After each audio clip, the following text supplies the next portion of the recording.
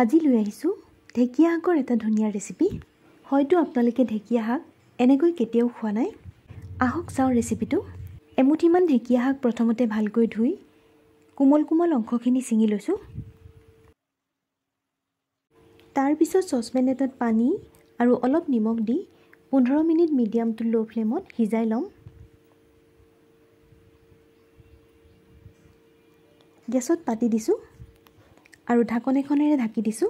আনফালে আনটো বাৰ্ণাৰত কেৰাহী এখনত 3 চামুচ ক'লা তিল ভাজি লৈছোঁ। অলপ সময় ভাজি ভাজি তিলখিনি ফুটিবলৈ আৰম্ভ কৰাৰ লগে লগে গেছটো অফ কৰি এখন প্লেটত ঢালি লৈছোঁ।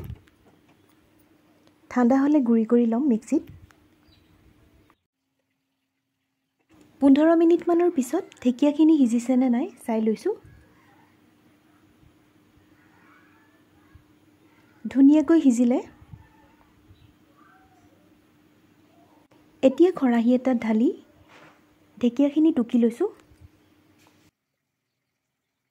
পানীখিনি সম্পূৰ্ণৰূপে সৰকি যাবলৈ মাজডোখৰ খালী কৰি অলপ লৰাই দিছোঁ আৰু এনেকৈ অলপ সময় ৰাখি থৈছোঁ ঠাণ্ডা হ'বলৈ।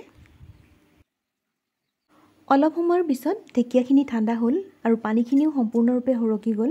এতিয়া বাতি এটা ঢালি লৈছোঁ আৰু ভজা তিলখিনিও ঠাণ্ডা হোৱাৰ পিছত মিক্সিত গুড়ি কৰি ল'লোঁ। এতিয়া গুড়ি কৰি লোৱা তিলখিনি দিছোঁ। লগত দুটামান কেঁচা জলকীয়া সৰু সৰুকৈ কাটি দিছোঁ। জোখমতে নিমখ দিছোঁ। অলপ টেঙা টেঙা হ'লে খাবলৈ বেছি ভাল লাগে। এতিয়া এফাল কাজি নেমু চেপি দিছোঁ।